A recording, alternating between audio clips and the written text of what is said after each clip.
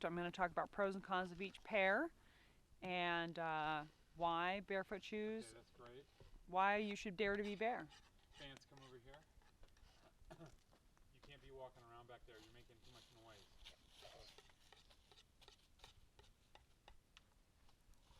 All that.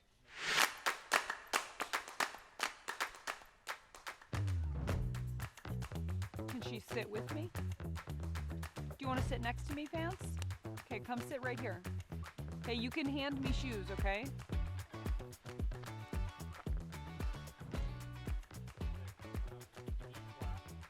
Today I want to talk about shoes, specifically barefoot shoes. And we have a big pile of shoes to show you today, but I want to say that this is not a sponsored post. This is something that we bought all these shoes ourselves. These are shoes that we use in our family. And so we're not getting paid for this, but I just wanted to show you some of these things and maybe why you should dare to be bare. So I'm going to start with Wildlings. These are my husband's shoes. These are great shoes. Of all the minimalist shoes, barefoot shoes, I think I like these the best because they are in fact the most barefoot. But the drawback of these shoes is that they're not particularly durable, so they're really for city use. A little bit more challenging for hiking or more rugged or especially outdoor rain. They're thin canvas, you can see. This sole is, cut through here. It's stitched. They have improved their design over time. It used to not be stitched, and the sole would kind of peel off really quickly. But this is quite an improvement. So these shoes, nice and flexible. You can roll them up. They're great for travel, great for storage. They're, like I said, these are probably some of the most barefoot of the barefoot shoes. So I do really like these, but that's the drawback. It's just that they're not particularly durable. They're more for city use and dry, not very good in the rain. The next shoe that I'm going to talk about is the Vivo Barefoot. This is a little bit more durable, so it's still quite flexible, not quite as flexible. So you can see it's a little bit stiffer, a little bit harder to roll up. It's got a little bit of a stiffer heel cup, but better in the rain, a little more durable. And it's got it's pretty good. It's got a little bit better tread, so if that's something that's important to you, I find that even some of the other shoes that have less tread are still pretty sticky, so this wasn't necessarily an attraction to me. They are a little bit stiffer, so if you have a foot that doesn't conform to their shoe shape, it's not as good. But I do know people that like these and wear them all the time. Can I give you that? Yeah, can you give me this red one right here? This is a Zero shoe. This is another real lightweight. The tread is a little less substantial on this one, but still nice and sticky. Again, this one rolls up really nicely. So this is more in line with the Wildlings in terms of its amount of structure, but a little bit more durable. Let's see here. Next, I want to talk about the Merrells. These are my personal favorite. Hi. So these are my kids. You can see that they're also, I don't know if their shoes are in the thing, but I'm going to lift up a foot here. Let's talk about these shoes next. These are also, can I take your shoe off? Thank you. We're going to borrow this shoe. Here, you can put your foot right there. So this is a kid's version. And let's see here. Saguaro. So these are actually from Amazon. These are kind of, not very expensive shoes. We got these as kind of a backup. I'm going to show you some other shoes that we got for them next. But these are really nice and flexible, and we got these specifically because we wanted something that was just slightly more durable for hiking than the other shoes that we have for them. So these are pretty good. They're just a little bit more structure in the heel, but potentially good for hiking and like hitting some of those sharper rocks. But they still give you the flexibility that you need, and good for a kid's foot. Also come in at a little bit of a lower price point, although we're not big fans of shopping on Amazon.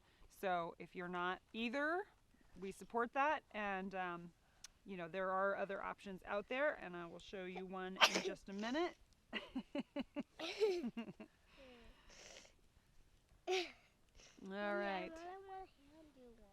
You want to hand me one? Okay, can you hand me, can you come around on the other side and hand me this one right here? I want. Up next, I'm going to talk about the Merrill. This is my personal favorite, and it is pretty good in terms of durability. I wore a pair of these, not this exact shoe, obviously, but a slightly different version of this shoe for I don't know. I probably put about 500 miles on it hiking, easily 500 miles hiking, and I wore it till it just was totally worn out. And I really like these shoes. They're very minimal. They have just enough foot coverage and protection. They've got this nice amount of flexibility to them. The rubber comes up just a little bit, so if you do step in a little bit of water, it protects your foot from getting wet. So that kind of coverage up the side is kind of nice for this shoe. And this one also has the Vivo, just to mention this little bit of extra coverage, so that if you are out in the rain, hiking or whatever, your foot can tolerate a little bit of wet. Oh. All right. This is the Nike Metcon. The Nike Metcon is kind of deceptive. It sort of looks like a barefoot shoe. It's real minimal on the top, real squishy, but when you start to really check it out, you see that it's got a pretty stiff heel cup. Like, I cannot squish that heel cup. It is not a zero drop. So it's got a little bit of lift to it. I don't know how much, but a bit. And I cannot squish this shoe. It's got movement in the toe, but I cannot roll this shoe up, and I can give it some twist. So this is kind of a medium stability shoe. It's got this stabilizer thing that comes up on the side. I know all these have technical names, but they are not. This is a kind of medium stability shoe. This is definitely not a barefoot shoe, but it kind of looks like a barefoot shoe. So it's a bit deceptive in terms of your shoe shopping. You think, oh, this looks like a minimal shoe, especially since how it's so squishy up here, but it's really not. So if you need something with a little more stability, this is a nice option. But if you're going for barefoot, this is not barefoot. All right. This is a splay. So these are what my kids wear most of the time. And again, it has that rubber that comes up just a little bit. It is canvas. These are nice and flexible. So you've got this nice roll up here. You've got some nice twist here. So lots of flexibility, really soft and comfortable. These shoes we have found, we wear them, they wear them to school and they wear them around town. They have done some hiking in these. There are adult versions of this shoe also, as well as the Amazon shoe that I mentioned earlier, the Saguaro. This shoe also, there are some adult versions of this as well. So, another pair of shoes being handed to me shortly are the Lems. So these are Lems. Lems are nice and low stability, definitely a barefoot shoe. So they've got nice roll up here, they've got nice twist here. This version of the Lems has a little bit of a firmer upper, so this is a little bit more protective. So these are, they appear to be a little bit thicker, but they're actually mesh, so they're really quite a cool, breathable shoe, which is nice. They have just a little bit more durability to the bottom of them, so maybe a little bit better for a winter shoe other than the mesh, which would make it cold. But, in terms of rain durability, a little bit more durable than, say, the Wildlings. So just to review, we've got the splay, both kid and adult versions, nice and soft. We've got the Metcons, which are CrossFit or weight training shoe. Look like they're kind of barefoot, but they are not. This is more of a medium stability shoe. We have the Zeros, which are nice and soft, a little bit more durable, have really nice flexibility. The Vivo Barefoot, again, a little bit more of a firmer sole, a little bit harder, not quite as flexible as some of the others, but has a little bit more rain protection. Is mesh up here, so isn't necessarily hot, but has a little bit more durability maybe for winter wear.